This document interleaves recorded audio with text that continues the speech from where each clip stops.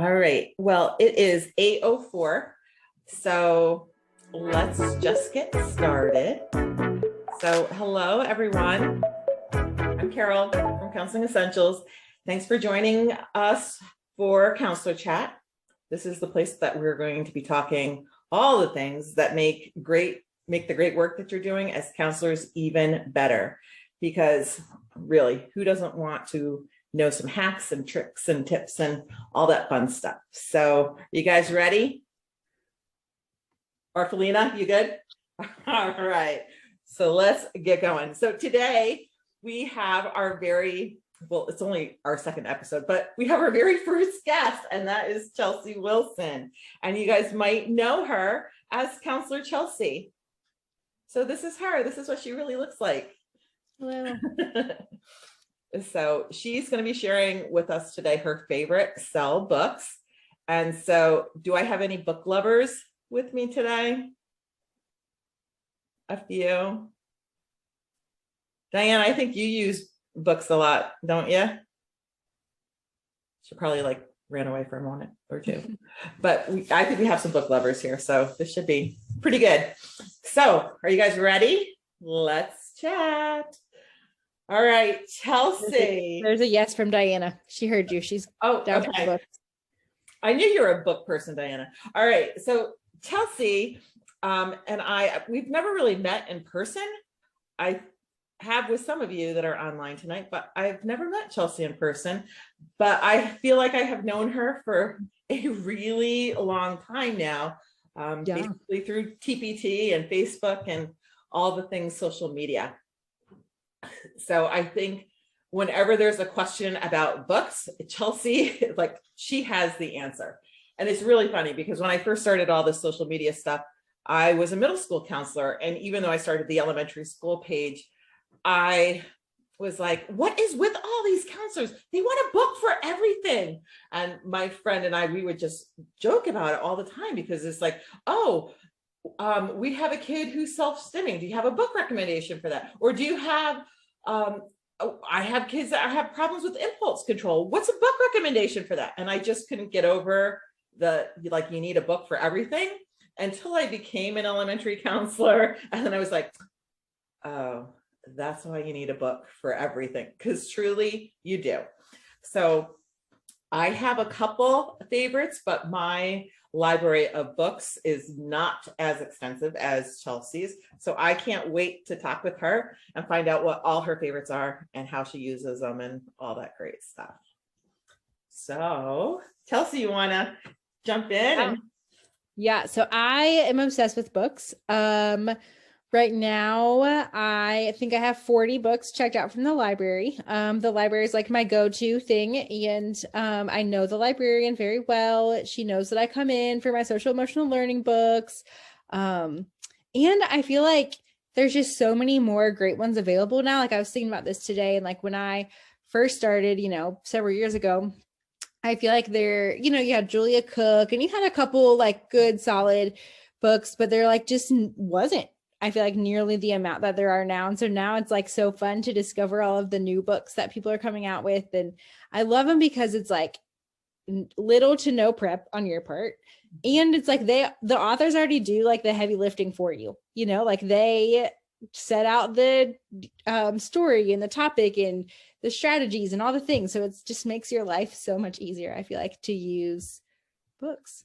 And so that's why I love them. And kids love them too. Kids relate to them and are oh yeah, remember this, and it helps them to see their situation in another person's perspective, to know that they're not the only ones that deal with that specific thing. And so I totally agree with that.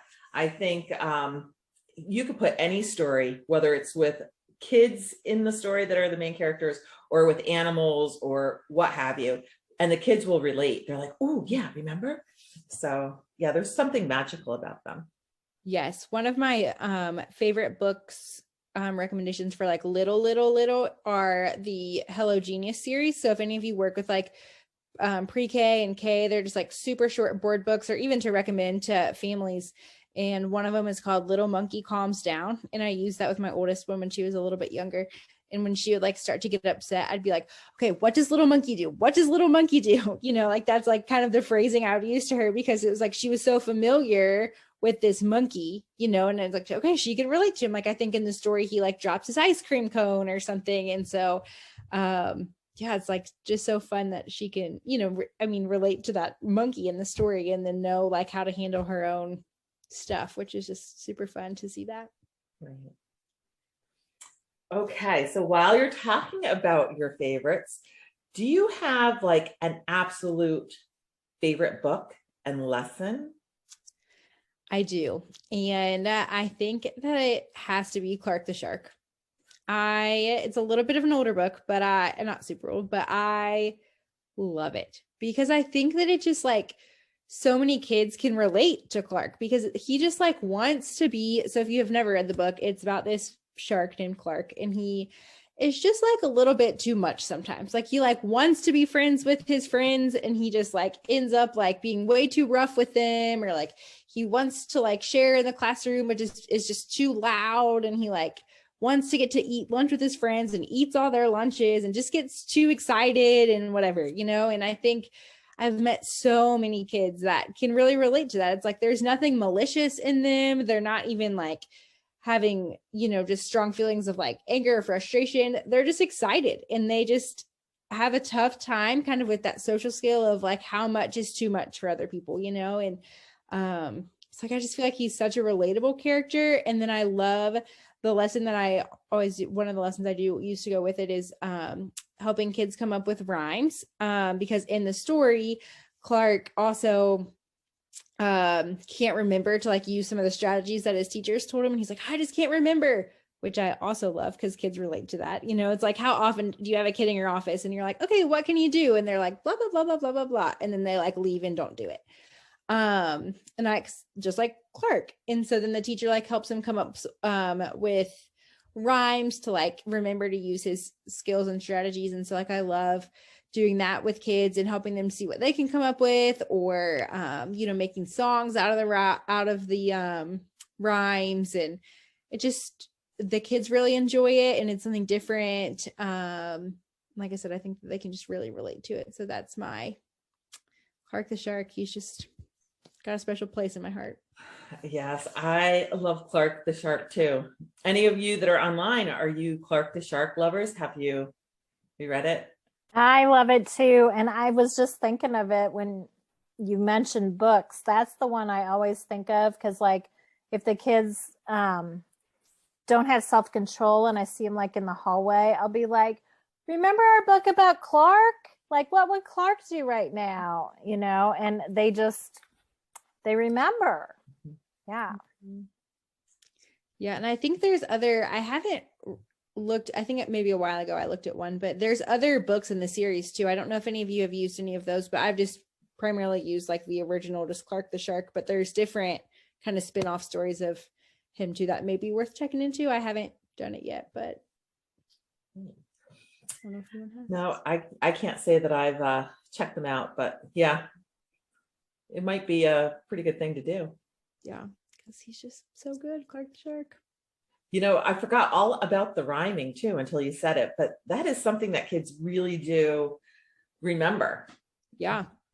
And I mean, think about us, like how many songs do we know the words to? It's like, I always think it's so funny now because I'm like, man, I'm like turning into my mom. I like listen to the like 80s, 90s, and today like music while I'm driving my kids around in my minivan, and I'm like, singing all the songs from like the 90s, and like I can remember these songs that are 30 years old, but it's like I have the hardest time remembering other things. But it's like there really is something to like the rhyming and the rhythm that makes it easier to remember, and so I think that is definitely a way that we can help support some of those kids, is giving them that tool of like the rhyming, because they remember that. No, that's a really great point. Great point. All right, let's see. How else can we pick your brain here tonight? What about your best books, the recommendations that you have for the wee little loves? I feel like there's so many, like when I think about it, because I feel like there's so many ones that are kind of geared toward that younger age. Like I said, if you're like preschool or kindergarten, or probably just preschool, but kindergarten too. That Hello Genius series, they have tons. There's like Little Monkey Calms Down, Little Lion Learns to Share, Dinos Don't Yell. There's like different, and they're super short, super simple. Just working on some of those social skills. Actually, I think the Dinos one is Dinos Don't Bite. I don't know. There's a whole bunch of them, but I love them. And those are great to recommend to parents too, because there's even some that are like more of like life skills, kind of like potty training, or like going, for younger siblings, or not sucking your thumb and stuff like that. I also really like the Tom Percival books. And I feel like that's another one where there's been a lot of new ones coming out recently. I'm trying to think of, like, Ruby Finds a Worry is Tom Percival. And he has them for lots of different kind of topics. He just did like a growth mindset one recently called Tilda Tries Again. Ravi's Roar, which is one of my 42 books that are checked out from the library. I would show it to you, but it's actually out in the living room. There's several. In Perfectly Norman is a good one for self-esteem. So that's a nice one, because another kind of like hack of mine, if you will, to like make using books even easier is like checking out multiple from like the same author, or like, because then it's like you don't have to keep searching. It's like, oh, if I know I like Tom Percival and I'm doing a self-esteem, then Perfectly Norman is like where I go next. So it's like, instead of starting from scratch to do all of the finding the books or whatever, you can just stick into like an author or a series. Has really helped save time, I feel like, when I'm in a pinch and I need something. Oh, that's really good advice. That's really good advice. I know I like the Jory John books. Mm-hmm. And so they're all kind of set up the same way. You're right. Like, I never thought about what makes it easy to grab that one off the shelf. But I think, yeah, having an author that you really like definitely makes it easy. Yes. Another author that I really like for the little ones is Todd Parr. He has so many good ones, but I think some of them just tackle some like more challenging topics. And I feel like he just has books for everything. I mean, heck, he even has like a book about underwear, like, I just feel like he has so many different things. I have one I like is like It's Okay to Make Mistakes by him. So one I really like is like the family book, one about friendship. I mean, he has all kinds of different books, and just does a great job. And I feel like putting things in just like such a simple way for little ones to understand. Okay. So you said his name was Todd Parr? Yeah. Okay. What was the first guy again? I didn't write it down. Tom Percival. Tom Percival. I think I have one of those books. I'm not sure. Yeah. They're all really good. And I like Tom Percival too, because a lot of his characters are very like diverse, like just in different, like, just that scene. I mean, obviously you don't have the whole background of a character, but like there is one about a little boy named Ravi, and then one about named Misha, and they're not all white, so it just seems to be some greater like representation in his books too, which I really like. Yeah, I think that's super helpful. Mm-hmm. Kids are so diverse, and that we really need to meet who they are, what they look like, Mm-hmm. Yep. So what about for upper elementary? You have any good recs for that? Yeah, I mean, upper elementary, of course, one of my big go-tos is Julia Cook. I don't love every single one of her books, but I definitely think she has some good ones that are just really helpful for, like, I love, so Personal Space Camp is a good one. I like that book, but I also really like the activities that are in that book. Is really good. I like The Judgmental Flower for older kids. I think that's kind of some of her stuff is tricky for the younger grades because it's pretty long, and they tend to lose interest. Also, I really like Bully Beans by her. I think that one has a lot of really clear like definitions and tips and tricks. So those are some of my favorite from her.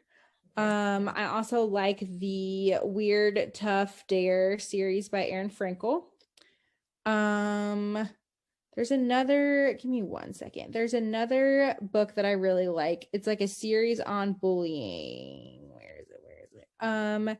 It's called Teasing Isn't Funny by Melissa Higgins. And then there's different ones that it kind of goes into like the nuances of bullying, of like teasing and like when jokes aren't funny, or just where it's kind of like not necessarily like cut and dry bullying. And so just kind of helps the older kids like work through some of those situations.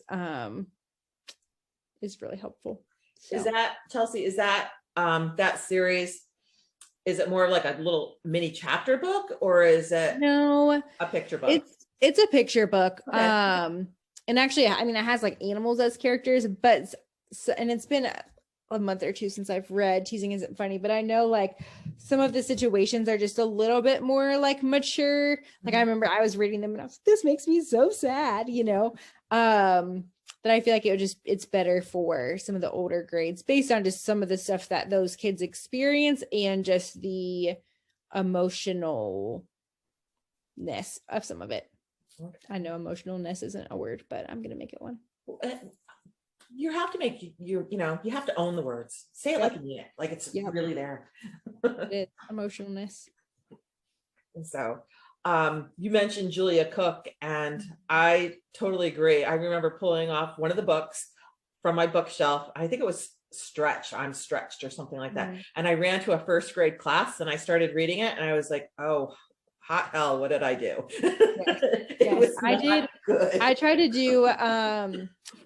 tried to do a case of the Tattle Tongue with kindergartners, and I was like 5 pages in and they were like climbing on the ceiling, and I was like, okay, we're gonna have to just like take a break here or skip some pages, because again, I mean, I feel like the content, and that's why I love Julia Cook, is because like the content is always so like applicable, like she like really teaches like strategies and ideas and things. It's just sometimes I think there's just a lot in the books, and especially for the little ones, it's like overload.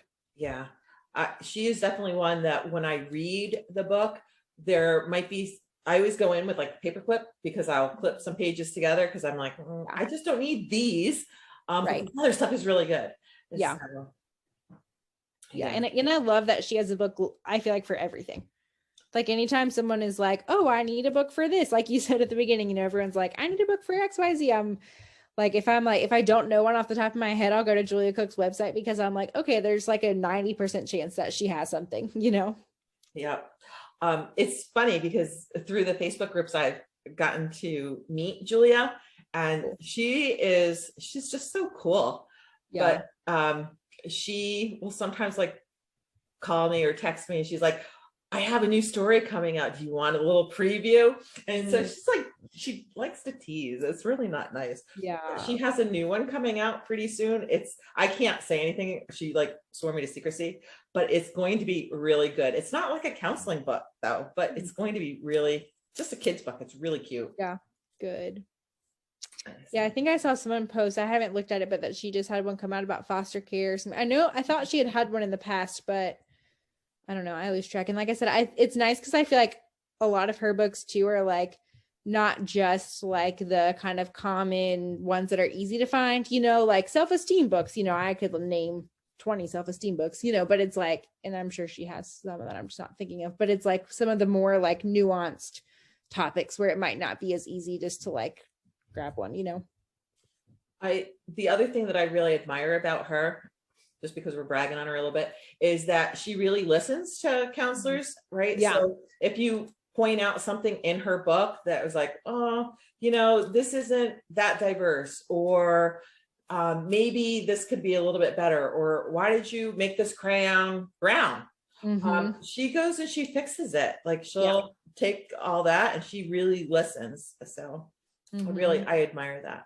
Yes, I remember making friends as an art is I think what you're referring to. That I think last summer, a couple summers ago, she like redid some of that, which was it was great. Yeah. So yes, very, very cool. I think that's one of the things that she did too with Bully Beans, because that's actually a new release too. Yes. All new artwork and things like that. She redid that a little bit. Yep. So she does listen. So any other like great tips for upper elementary? I feel like one thing that I've just realized with upper elementary is like we just can't be afraid to read picture books to them. I feel like sometimes we like think that they're going to be too kiddie or whatever, but like I feel like everybody like loves being read to. Not everybody, but like just because they're 8 or 9 or 10 like doesn't mean that they can't enjoy a good story time, you know? And so I think like, you know, just not being afraid to like pull out your picture books, even if it seems weird, like reading it to a 5th grader, you know?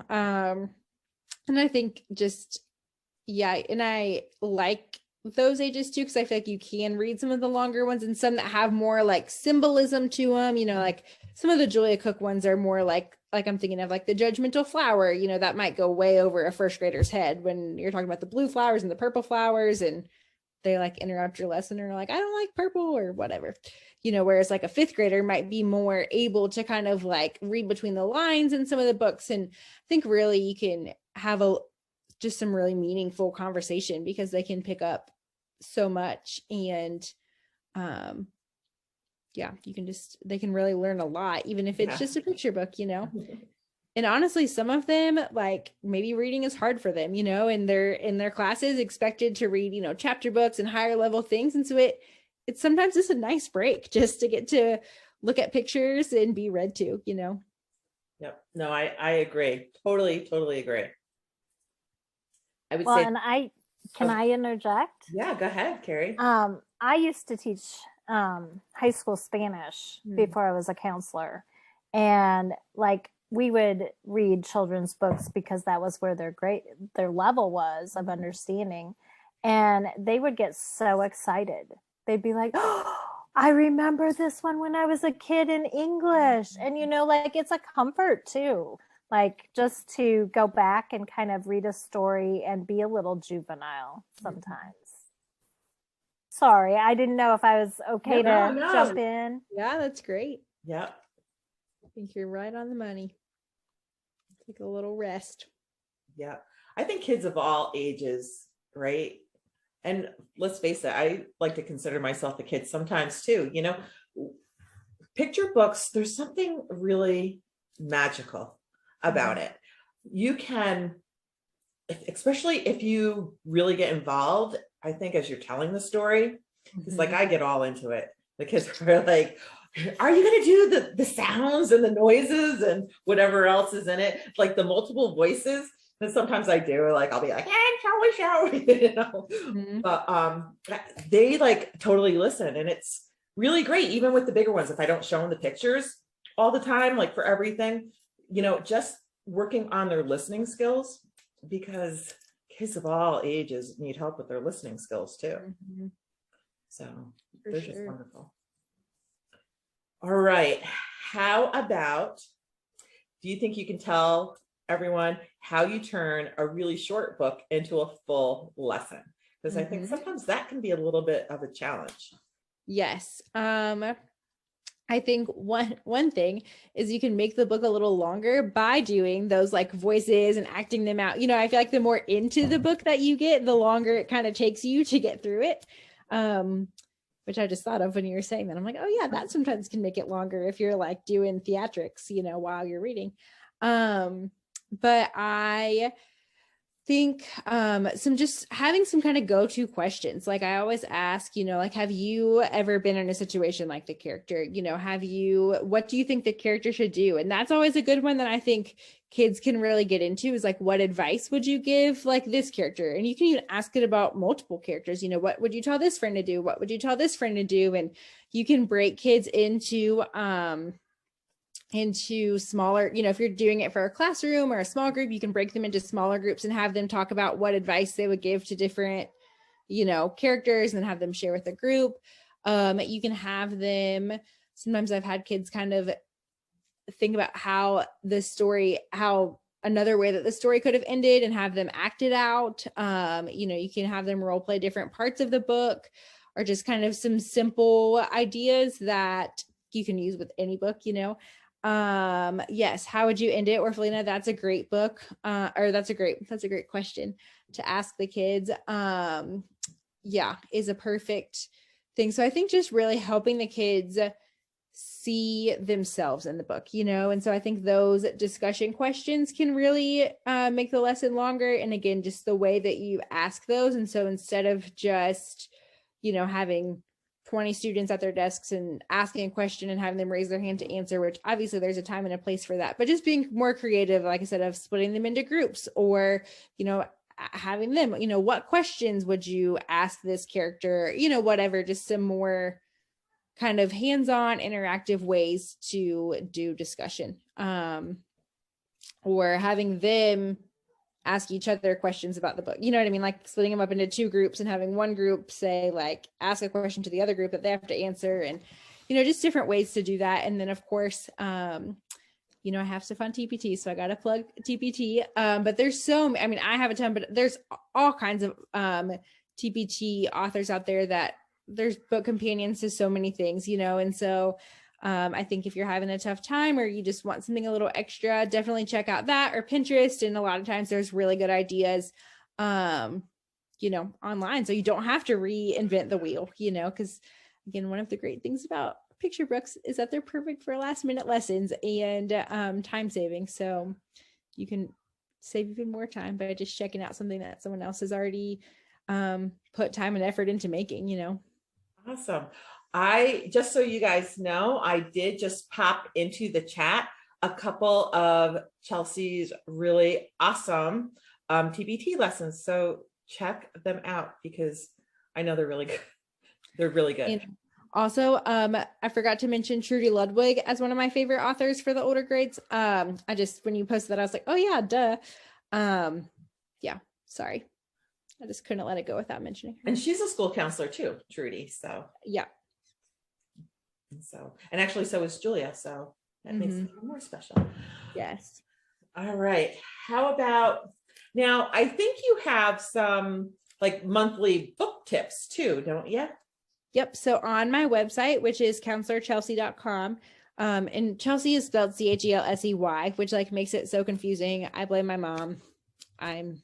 Because that's not how Chelsey's normally spelled. But I have a book list for each month. The summer months are combined, but that just has some recommendations for books that cover like the holidays that are in that month, or like topics that you might be teaching about. So like for March, you have the link to it. There's books for test anxiety, because I know that's super common this time of year with standardized testing. There's books that are like basketball themed, because March Madness is coming up, and I love March Madness.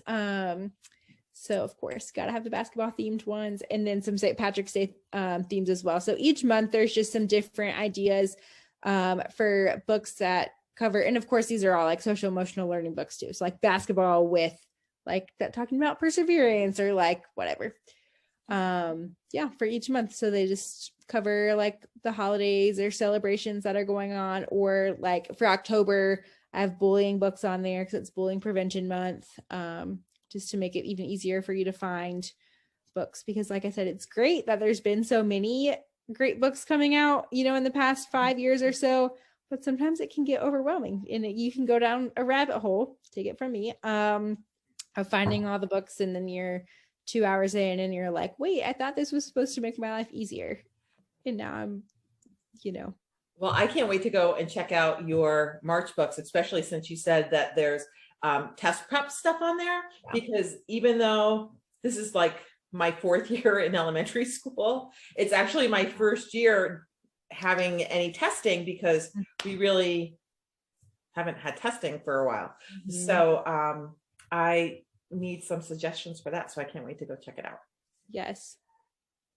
All right. So before we wrap up today, I thought we could do some really fun fast facts. Are you ready? I'm okay. ready. So what is your favorite binge worthy TV show? Parks and Rec. Never watched it. You have to right now. Your favorite pizza toppings? Pineapple does belong on pizza. Okay. Yes. I thought we could be friends. Now I'm kind of second guessing that. Sorry, pineapple and bacon. Got to. How about your first pet? My cat, Peaches, at my mom's house, and then my parents are divorced. So at my dad's house, we had a cat named Rhodey, which growing up thought was a super normal name because that's all I knew. And then now as an adult, I'm like, what kind of name is Rhodey? But okay. And favorite ice cream flavor? Chocolate chip cookie dough. And another fun fact, my husband is the best ice cream cone scooper. And everyone was like, isn't it just like you scoop it into the cone? No, he's amazing at it. And I will not scoop my own ice cream cones at home. I will wait until he's home because he somehow is a special talent of his. Do you want to hear one little fun fact about me? I would love to hear one fact. When I was in college, my job was the ice cream scooper for the food service. Oh, nice. Yeah. Not fun when you have to have, serve everybody dinner in 2 hours and you're scooping constantly. Right. But you probably he like packs his real deep into the cone, and you probably have like a good technique because it's an art. I've learned that it's an art. I try to make my own cones and it doesn't go well. So, yep, it's totally an art. All right. Yep. And last question. Are you ready? I am. Is a hot dog a sandwich? Oh, that's a good question. Not a huge fan of hot dogs, so I have not thought a lot about it. I would say yes, because you have some sort of meat between two pieces of bread. The real question is ketchup a smoothie? Oh. Yeah. Sorry, I didn't prepare you for that question, but it is a good one. I'm going to say no, ketchup is not a smoothie. Okay. But it makes you think because you're like, it does. So I'm going to use that one with my little kiddos tomorrow because that's how I got the hot dog question today because that was the question of the day. In my one little class, I go in every morning and we do affirmations. And so then I find a random odd question and I ask them. And today's question was, is hot dog a sandwich? Yes. It's like the Taco Bell commercial, like a couple months ago had something like that. It was like a taco or a sandwich. I forget exactly what it was, but it was like something like that, where it was like a debate about is it a sandwich or is it a taco? I don't remember what it was, but yeah. Right. Well, this was so fun. I thank you for coming having me. Being our first guest. Yes. I hope this was helpful for you guys. Or Felina's clapping for you. I'm so happy to see you guys. And I am obsessed with books. If you follow me at all on any social media or get my emails or anything, I'm always sharing the books I love. Yeah, I was going to go to the library and pick up more books and return some on Saturday, but it was snowing, so I didn't. Not one for the cold weather, but big fan. Well, thank you. I really appreciate this. And anyway, people, we will be back at this again next week.